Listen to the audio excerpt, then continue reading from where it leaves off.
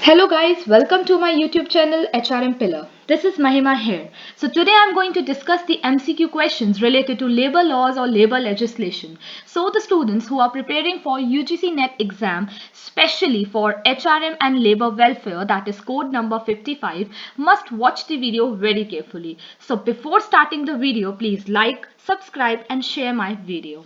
So now let's begin the video. So सबसे पहले guys I would like to cover the syllabus which comes under labor law and labor legislation. You all know guys कि ये जो labor law और जो labor legislation वाला topic है it is being divided into two parts, that is unit 7 and unit 8. Okay, तो मैंने इसको पूरा combine करके यहाँ पर MCQ questions बनाए हैं that are mixed, like सारे एक्ट इसमें इंक्लूडेड हैं. ओके, तो हम ये स्टार्ट करते हैं सबसे पहले सिलेबस से. So the syllabus is like factories act 1948, mines act 1952, contract labour act 1970, interstate migrant act 1979, building and construction worker act 1996, ESI Act 1948, Child Labor Act 1986, Employees Compensation Act 1923, Bond Labor Act, Apprenticeship Act, Gratuity Act, Provident Fund Act, Bonus Act 1965, Equal Remuneration Act 1976 and Payment of Wages Act 1936. Okay guys, so ये आपका overall mixed syllabus है जो कि unit 7 and unit 8 को cover कर रहा है और मैंने इसी से रिलेटेड एमसीक्यू क्वेश्चंस प्रिपेयर करे हैं.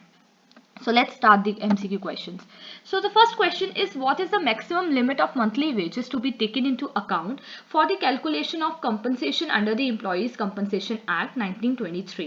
So the options are 10,000 rupees, 18,000, 8,000 या 15,000. तो कितनी लिमिट होनी चाहिए मंथली वेजेस की कैलकुलेशन अगर हमें एम्प्लॉय कंपनसेशन का करना है?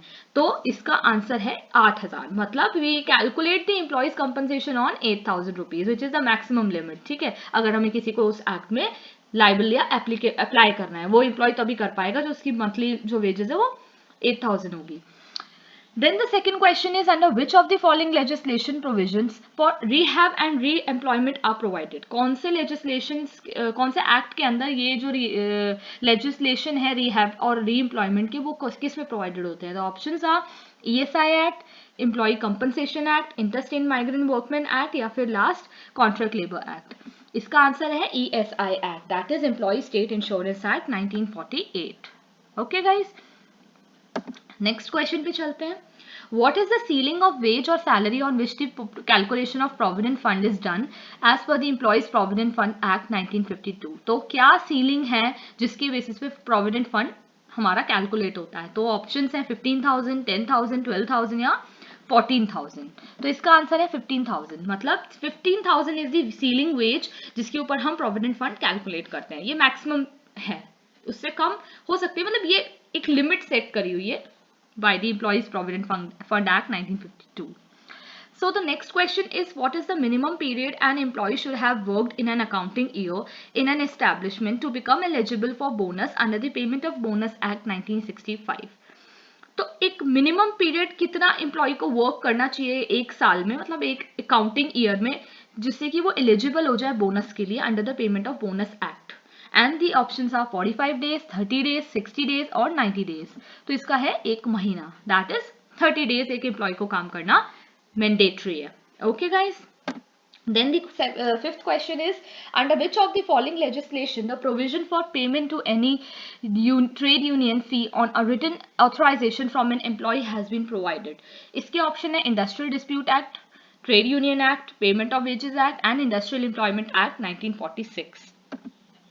इसका आंसर है पेमेंट ऑफ वेजेस एक्ट 1936. मतलब कि लेजिस्लेशन जो है पेमेंट करना किसी भी ट्रेड यूनियन की फी को, वो किसके अंदर आएगा? आपका पेमेंट ऑफ वेजेस एक्ट में आएगा. Sixth question.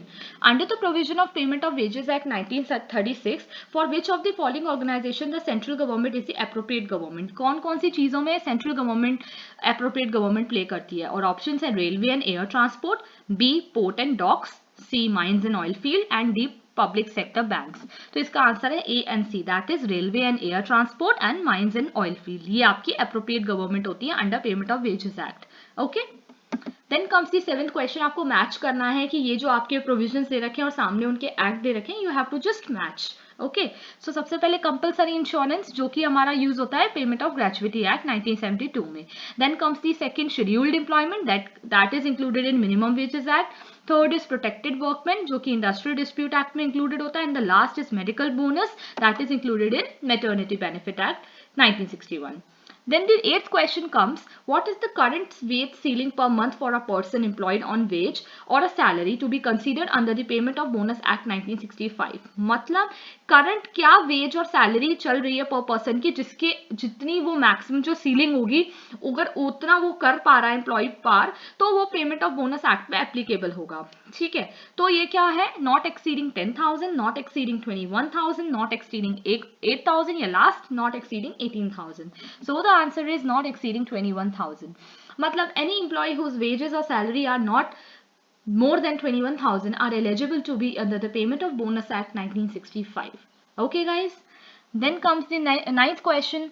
Under the Payment of Bonus Act 1965, what is the minimum number of days employee should be served in an organization in an year to be entitled for getting bonus? अब ये in year पूछ रहे हैं ना कि month. ठीक है, तो अब हम देखते हैं इसका आंसर क्या होगा. A is 240 days, B is 30 days, C is 195 and D is 120 days. And इसका आंसर है 30 days. मतलब एक महीना आपको काम करना जरूरी ही है. ओके सी पे में ये जितने भी क्वेश्चंस आई हैव इंक्लूडेड ये कहीं ना कहीं किसी और ईयर के पेपर में या फिर प्रीवियस ईयर के क्वेश्चन पेपर में जरूर आपको मिलेंगे. सो ये जो पेमेंट ऑफ बोनस एक्ट है इससे आप देख रहे हैं मैक्सिमम क्वेश्चंस आए हुए हैं. So it is an very important act, तो आपको इसको बहुत ही थॉरली पढ़ना पड़ेगा. All the other acts are also very important but ये जो एक्ट्स हैं आपको बहुत ही ज़्यादा थॉरली अंदर डीप उनकी सारी प्रोविजंस को पढ़ना पड़ेगा. Okay So the 10th question is, which of the following bodies is provided under the Minimum Wages Act 1948? कौन सी बॉडी है इनमें से जो कि मिनिमम वेजेस एक्ट में है? Standing labour committee, B is Central Council, C is Advisory Board and D is Executive Authority. So the answer is Advisory Board. Then comes the 11th question. A women employee is entitled to which of the following benefits under the Maternity Benefit Act 1961? कौन कौन से act benefits उसे मिलते हैं? Medical bonus मिलता है, leaves मिलती हैं, नर्सिंग ब्रेक्स मिलते हैं या फिर leaves with wages for operation मिलता है. तो the answer is all of the above. सारे ही मिलते हैं, A B C D all the above.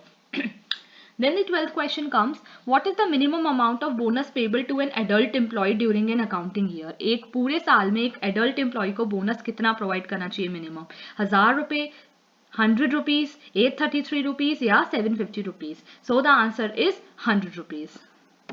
Then comes the question 13. What is the maximum amount of fine that can be imposed on an employee on its wages period under the Payment of Wages Act 1936? कितना percent उसको wages का fine में देना पड़ेगा? ठीक है, तो A है 3%, B है 5%, C है 10%, D है 8%.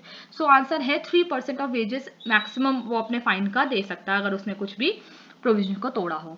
Then comes the question 14. Under the Factories Act 1948, spread over period includes the rest interval in a day for an adult worker should normally exceed. तो इसमें ये क्वेश्चन है कि फैक्ट्रीज एक्ट के according जो spread over period होता है जिसके अंदर रेस्ट इंटरवल इंक्लूड कर लिया जाता है वो नॉर्मली एक्सीड नहीं होना चाहिए एक टाइम पीरियड के लिए, एक एडल्ट वर्कर के लिए, एंड दैट इज 10.5 आवर्स. इससे ज़्यादा एक्सीड नहीं होना चाहिए. ओके, सिर्फ 10.5 घंटे he can just spread over. Then comes the question 15. Provisions related to subsistence allowance is covered under which of the following legislation? Minimum Wages Act, Employees Compensation Act, Industrial Employment Act या ESI Act 1948. किसके अंदर subsistence allowance included होता है? And that is option C, that is Industrial Employment Act 1946. Then comes the question 16. Under the Maternity Benefit Act 1961, a women employee would get a medical bonus amounting to 3,000 rupees, 3,500 rupees, 4,000 rupees or 5,000 rupees. And the answer is 3,500 rupees. That is option B. Option B मतलब उसको 3,500 rupees as a medical bonus मिलता है. Okay. Then comes the 17th question. What is the minimum number of persons to be appointed in an advisory committee under the provisions of Equal Remuneration Act 1976? कितने person होने चाहिए advisory committee में? Minimum. A 5, B 15, C 10, D 12. And the answer is 10. Option C. Then comes the 18th question. Amount of funeral benefit under ESI Act is 2500 rupees, 3500 rupees, 5000 rupees, or D 10,000 rupees? And the answer is option D 10,000 rupees. So 10,000 rupees as funeral benefit expenses दिए जाते हैं under ESI Act.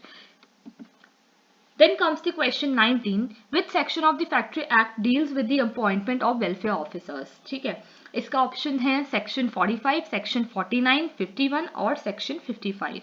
तो किस में included होता है appointment of welfare officers? That is in section 49 of the factories act. Question 20 क्या कहता है? Which of the following benefits are not included under ESI Act 1948? That is sickness benefit, B unemployment allowance, C children allowance या D disablement benefit. तो option C children allowance is not included in employees in state insurance act 1948. Okay, इसको आप ध्यान से देख लीजिएगा. जो questions आते हैं उन्हें आप ऑप्शंस खुद लिखते जाइए, जो नहीं आते हैं उसके आंसर्स देख के you should note the answers. Then comes the question number 21. Minimum number included in interstate migrant workmen which are required for the applicability of the Interstate Migrant Workmen Act 1979. कितने वर्कर्स जो कि interstate migrant हैं वो require होते हैं अगर हमें interstate migrant workmen act को एप्लीकेबल कराना है अपने एस्टेब्लिशमेंट में? तो ऑप्शंस देख लेते हैं. 5 और मोर, 7 और मोर, 10 और मोर या D 15 और मोर. तो आंसर है 5 और मोर. मतलब मिनिमम अगर हमारे पास 5 वर्कर्स हैं जो कि इंटरस्टेट माइग्रेंट वर्कर हैं तो हमारे ऊपर interstate migrant workmen act applicable हो जाता है तभी से. Then comes the question 22. In case of any case filed for an offence, कोई भी ऐसा केस फाइल हुआ है कॉन्ट्रैक्चुअल लेबर एक्ट 1970 के अंडर, तो मिनिमम टाइम पीरियड क्या है उसका जिसमें हम वो केस फाइल कर सकते हैं? मतलब एक टाइम लिमिट होती है केस को, अगर कोई ऑफेंस हो जाता है तो उसके अंडर केस फाइल करने की. तो देखते हैं options. 3 months, B 5 months, C 8 months या फिर D 9 months. तो इसका आंसर है A 3 months. मतलब हम 3 months के अंदर अंदर केस फाइल कर सकते हैं अगर कोई ऑफेंस हुआ है. Then the last question of the video comes. Minimum number of building workers required in an establishment for the applicability of Building and Construction Worker Act 1996. मतलब minimum numbers of building workers कितने चाहिए होने चाहिए अगर हमें applicable कराना है building and construction worker act 1996 किसी भी एस्टैब्लिशमेंट में?